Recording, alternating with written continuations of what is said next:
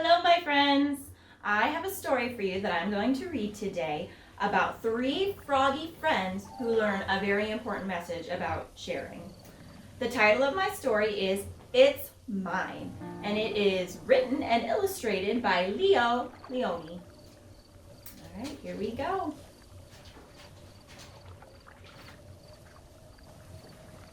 In the middle of Rainbow Pond, there was a small island. Smooth pebbles lined its beaches, and it was covered with ferns and leafy weeds.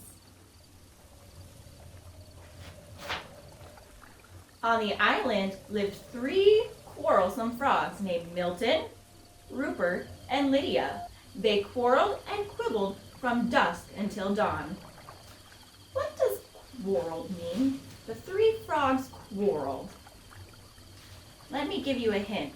Sometimes I don't always agree with my brother and sister, and we quarrel. It means that we argue sometimes. We don't always get along. So Milton, Rupert, and Lydia, the three frogs, they didn't always get along either. They quarreled and quibbled. Stay out of the pond, yelled Milton. The water is mine. Get off the island, shouted Rupert. The earth is mine. The air is mine, screamed Lydia as she leaped to catch a butterfly. And so it went. Are the three frogs, Lydia, Milton, and Rupert, are they being kind and caring? Not so much. They're saying everything is theirs. It's mine, but they're not sharing with each other. One day, a large toad appeared before them. I live on the other side of the island, he said, but I can hear you shouting, it's mine, it's mine, it's mine, all day long. There is no peace because of your endless bickering. You can't go on like this. With that, the toad slowly turned around and hopped away through the weeds.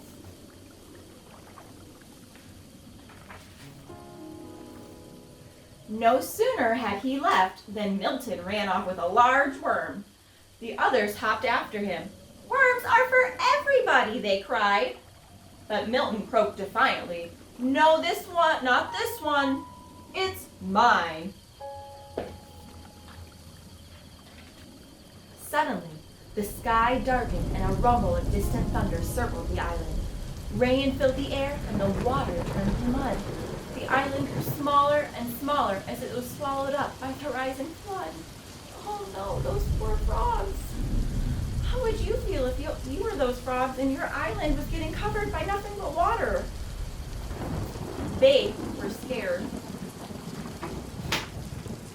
Desperately, they clung to the few slippery stones that still rose above the wild, dark waters. But soon, these too began to disappear. There was only one rock left, and there the frogs huddled, trembling from the cold and fright. But they felt better now that they were together, sharing the same fears and hopes. Little by little, the flood subsided. The rain fell gently and then stopped altogether.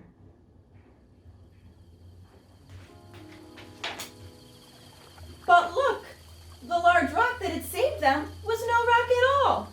What was it? It was the toad! You saved us, shouted the frogs when they recognized the toad. The next morning, the water had cleared. Sun rays chased silver minnows on the sandy bottom of the pond. Joyfully, the frogs jumped in, and side by side, they swam all around the island. Together, they leaped after the swarms of butterflies that filled the air. And later, when they rested in the weeds, they felt happy in a way they had never been before. Isn't it peaceful, said Milton. And isn't it beautiful, said Rupert. And do you know what else, said Lydia. No, what? The others asked. It's ours, she said. And so the three frogs learned a very important message. What did they learn about? They learned about sharing. For them, in this story along their journey, it helped to save them. They shared the rock, which was actually the toad, and kept each other safe. Had they not shared, some of the frogs could have ended up drifting down the water, and they could have gotten hurt or lost, but they shared, and they all made it out together, safe and happy.